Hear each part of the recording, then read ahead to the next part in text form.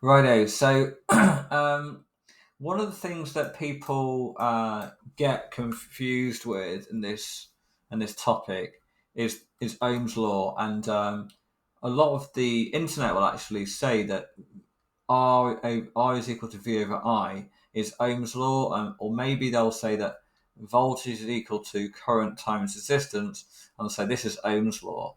But neither of them are Ohm's law. These are just equations to help you to work out the resistance if you know the voltage and the current, or to help you to work out the voltage if you know the current and the resistance, or if you wanted to work out the current if you didn't know if you wanted to know what the if you work out the current if you knew what the voltage and the resistance is.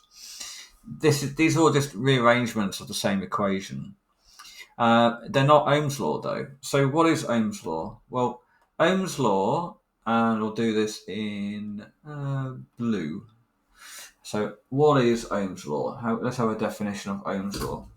So Ohm's law states that voltage is directly proportional to current. Now, you may have done this in maths, direct proportion, and you'll definitely come across it in physics a few times, and maybe even in chemistry and biology. But what does it mean? Well, if something's directly proportional, then if I double one thing, then the other one doubles. Okay, so I will write that in underneath it. So this means that if I double the current, then the voltage will also double. And the same with if I triple it, or if I half it, or whatever, if I do something to it that's either multiplication or division, then the same will be done to the other thing. Okay, that's what it means to be directly proportional. Now, another way that you can identify if something is directly proportional is by doing a graph, drawing a graph, plotting a graph. So if we had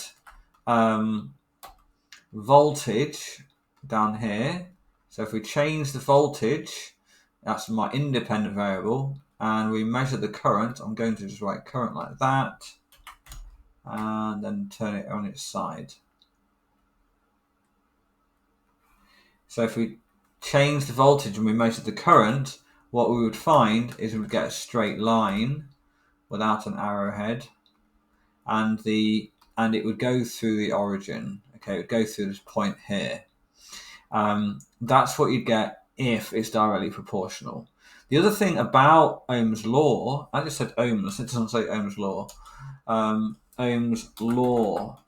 The other thing about Ohm's law is that it sounds as if everything, that's just the law, like the law of gravity, for example. Everything follows the law of gravity, but not everything follows Ohm's law. So it's a bit of a confusing phrase to call it Ohm's law. But some things do and some things don't. For example, some of the things that follow Ohm's law are resistors. Well, really, these two things: resistors and wires. Those two things follow Ohm's law. But things that don't follow Ohm's law are things like light bulbs, diodes, and pretty much everything. Lots and lots and lots and lots of devices do not follow Ohm's law. These do. If they follow Ohm's law, we can call them ohmic. Okay, and if they don't follow Ohm's law, we can call them non-ohmic. And these are all devices or components. So you can call it an ohmic component or an ohmic device. So these are ohmic devices, and these are non-ohmic devices.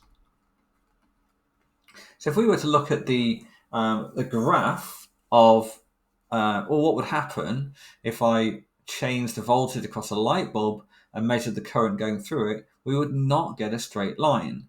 The same with a diode or thermistor. Okay, we can look at those graphs later on, but the main thing I want you to understand is what is Ohm's law. This is not Ohm's law. This is the reason. That's before I close the video off. The reason why they get confused is because if I were to look at the gradient of this line, so if you're not sure how to do gradients, we will be looking at that as well at some point. But really, it just means the slope of the line, how steep or not steep the line is. Then the gradient will be actually equal to the resistance. Okay? Actually, in this case, it would be equal to 1 over the resistance because I've plotted the voltage at bottom and the current at the side. In fact, let's just switch this around. And then, just to make it a little bit less confusing.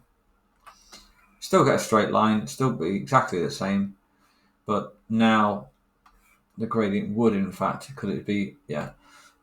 gradient would be the, hang on. Oops. The gradient would be the resistance. So you can still use this equation to work out the resistance of anything else, but the difference is with non-ohmic devices, the resistance is not constant. It changes. So with a resistor, a 5 ohm resistor, for example, it does up to a point. It stays at the resistance of what it says, 5 ohms, until it gets really hot, and then it changes. And this is why some of these don't work properly. For example, a light bulb, it gets hot as soon as you turn it on. The wire in a light bulb gets hot as soon as you turn it on. So if we look at a diagram of a light bulb, we've got these metal components, these metal bits here. Wire comes from there, goes around and around in a loop like that, and comes back down. That's how a light bulb works. At least the old-fashioned light bulbs. The energy-saving ones are a little bit more complicated, I think. But the old-fashioned ones are just a wire called a filament. I think. And this, which is a thin bit of wire that gets super hot, and then gets so hot that it produces light. That's how light bulbs work. Because they're getting so hot, then the resistance actually changes quite a bit, and so you don't get this relationship. So anyway, that's what Ohm's law is. Right, let me stop that video.